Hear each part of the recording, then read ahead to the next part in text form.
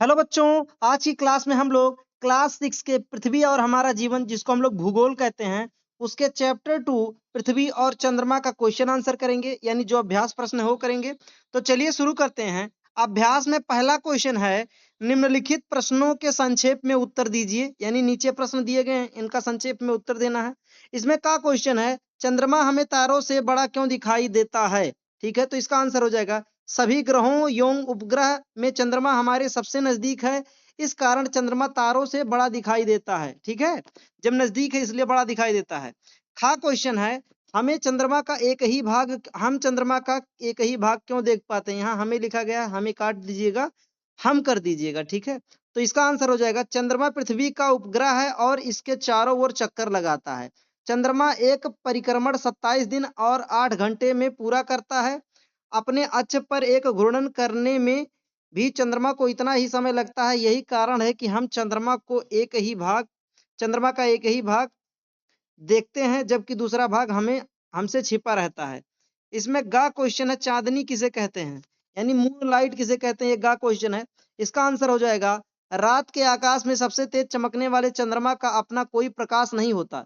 भले रात में हमें चंद्रमा चमकता दिखता है, लेकिन उसका कोई प्रकाश नहीं होता। ठीक है, यह सूर्य के प्रकाश से प्रकाशित होता है। यह सूर्य के प्रकाश को परिवर्तित करता है, जो हमारी पृथ्वी पर लगभग 1.25 सेकंड में पहुंचता है, यानी 1.25 सेकंड में पहुंचता है। इस प्रकाश को चांदनी या मून लाइट कहते हैं। ठीक है, घा क्वेश्चन है, भारत के प्रथम अंतरिक्ष यात्री कौन थे? ये घा क्वेश्चन है। इसका आंसर हो जाएगा भारतीय वायुसेना के पूर्व पायलट राकेश शर्मा अंतरिक्ष में यात्रा करने वाले पहले भारतीय थे। ठीक है, अच्छा, इसका अंगा क्वेश्चन देख लेते हैं। सूर्य ग्रहण के समय क्या सावधानी बरतनी चाहिए? क्वेश्चन है, तो इसका आंसर हो जाएगा वैज्ञानिकों के अनुसार सूर्य ग्रहण के समय सूर्य से खतरनाक किरणें निकलती हैं।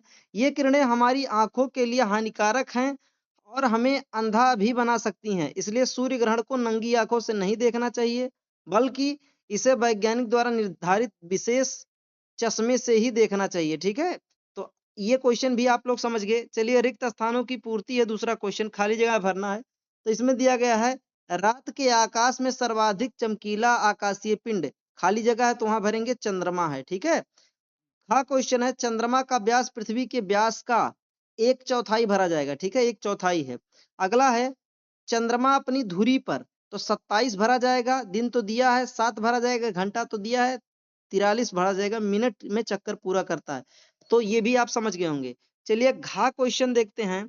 चंद्रमा पर पहुंचने वाला प्रथम भारतीय व्यक्ति नील सॉरी भारतीय नहीं, प्रथम व्यक्ति कौन था? तो नील आर्मस्ट्रांग था। ठीक है, ये अमेरिकन थे। अच्छा, सूर्य ग्रहण के समय पृथ्वी की छाया चंद्रमा पर पड़ती है, तो यहाँ पृथ्वी और चंद्रमा भरा जाएगा। चाहे अंतरिक्ष की यात्रा करने वाले पहले भारतीय राकेश शर्मा थे। ठीक है, अंतरिक्ष की यात्रा यानी आकाश में जाने वाले पहले कौन थे? राकेश शर्मा थे। सही गलत का चिन्ह लगाना है। ठीक है, सही कथन के सामने सही तथा गलत कथन के सामने गलत का चिन्ह लगाइए। पहला क्वेश्चन है, चंद्र ग्रहण के समय पृथ्वी की छाया चंद्रमा पर पड़ती है, तो ये बात सही है। चंद्र ग्रहण जब होता है जब पृथ्वी की छाया चंद्रमा पे पड़ती है। खा है, चंद्रमा का पृथ्वी के चारों ओर घूमना परिभ्रमण कहलाता है, ये भी बात सही है। ठीक है, गा है, सूर्य ग्रहण को नंगी आंखों से देखना चाहिए, ये तो गलत है, अभी आपको बताया हूं। अगला है, आर्यभट्ट ने सूर्य ग्रहण एवं चंद्र ग्रहण की वैज्ञानिक व्याख्या की थी, ये बात सही है। ठीक है, ये बात भी सही, यानी पहला दूसरा और चौथा सही है, तीसरा गलत है।